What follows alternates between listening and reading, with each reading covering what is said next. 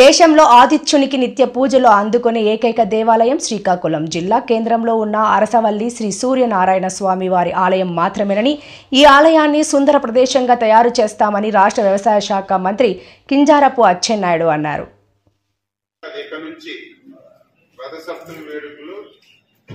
ముందు 2 రోజులు తీసుకొని 3 రోజులు పండగగా చేయాలని చెప్పి నిర్ణయం చేశాం. 3 రోజులు కూడా అంగరంగ వైభవంగా ఒక పండగ వాతావరణంలో చేయాలని చెప్పి నిర్ణయించాం. అలంకరణ విషయంలో గాని, వచ్చినటువంటి భక్తుడికి గత అనుభవాలను దృష్టిలో పెట్టుకొని ఎక్కడ కూడా ఇబ్బంది లేకుండా క్యూ లైన్స్ గాని, వాళ్ళకి వచ్చిన వాళ్ళకి మంచినీళ్ళు గాని, మజ్జిగ గాని, లేకపోతే విఐపీస్ వస్తే ఎప్పుడు వాళ్ళని దర్శించుకోవడానికి సమయం కేటాయించాలని అన్ని విషయాలు కూడా ఈరోజు కూలంకుషంగా చర్చించుకున్నాం. దీంతో పాటుగా ఇప్పటికే కలెక్టర్ గారు బాధ్యతలు తీసుకున్న తర్వాత తనకు కూడా ఈ ఆలయ ప్రాముఖ్యత తెలిసింది.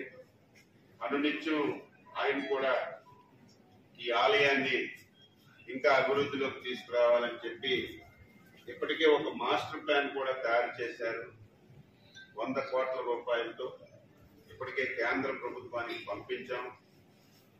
మన ఎంపీ కేంద్ర మంత్రిగా ఉన్నారు కాబట్టి, ఆయన హెడ్ క్వార్టర్ లో ఆలయం కాబట్టి, అందులో ప్రసిద్ధి చెందినటువంటి సూర్యనారాయణ స్వామి ఆలయం కాబట్టి, ప్రసాదం కార్యక్రమంలో ప్రసాదం పథకం కింద ఆ డబ్బు కానీ తీసుకురాగలిగితే మన అరసవల్లి టెంపుల్ అద్భుతంగా తయారవుతుంది.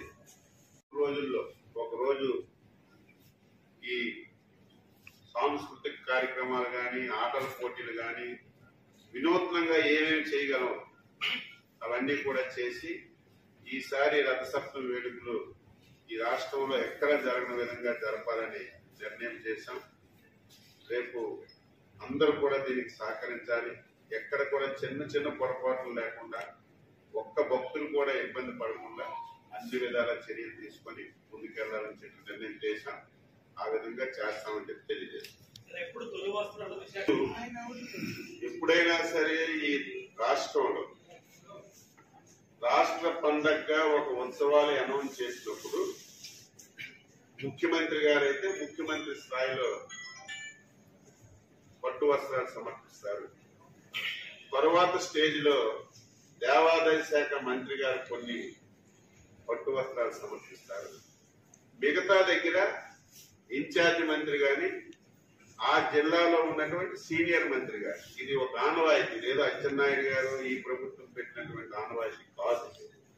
ఇదే గతంలో ఇది అధికార పండగ కాదు కాబట్టి ఎప్పుడు జరుగుతున్నదే చేశారు. ఈసారి అధికార పండుగ చేశాం కాబట్టి సిస్టంలోకి వచ్చింది. దీనికి కాంట్రవర్సీ కూడా ఉండదు.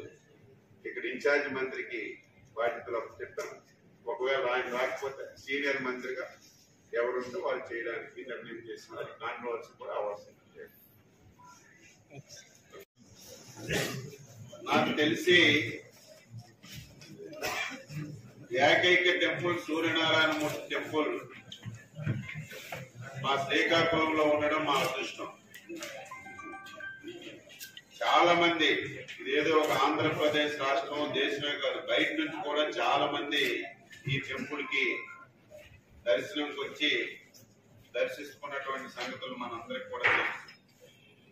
అయితే సూర్యనారాయణ స్వామి పుట్టినరోజు రథసప్తమి. ఆ రోజు ఒక ఫెస్టివల్ కింద గత కొన్ని సంవత్సరాల నుంచి జరుగుతుంది. పేరుకు ఫెస్టివలే కానీ